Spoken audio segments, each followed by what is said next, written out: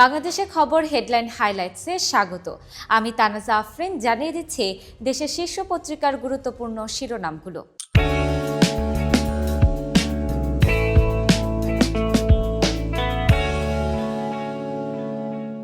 শুরু করছি বাংলাদেশের খবরের শিরোনাম দিয়ে। ফিরল তত্ত্বাবধায়ক সরকার ব্যবস্থা, পুনর্বহাল গণভোট, সংবিধানের পঞ্চদশ সংশোধনী বাতিল। শেখ হাসিনার একক সিদ্ধান্তে তত্ত্বাবধায়ক ব্যবস্থা বাতিল হয়। তত্ত্বাবধায়ক সরকার ব্যবস্থা সংবিধানের সঙ্গে সাংঘর্ষিক নয়, জানিয়েছেন অ্যাটর্নি জেনারেল। গণতান্ত্রিক ব্যবস্থা ফিরে আসার গুরুত্বপূর্ণ দ্বার উন্মোচিত হল, জানিয়েছেন সুজন সম্পাদক। ৩ মাস দেশেই লুকিয়েছিলেন ওবায়দুল কাদের, কিভাবে দেশ ছাড়লেন ব্যাখ্যা চান অপরাধ ট্রাইব্যুনাল। উপসচিব ও যুগ্ম সচিব পদে পরীক্ষা ছাড়া পদোন্নতি নয়, উঠিয়ে দেওয়া হবে পুলিশ ভেরিফিকেশন। বিসিএসে শিক্ষা ও স্বাস্থ্যকে আলাদা করার সুপারিশ। এডিপি বাস্তবায়নে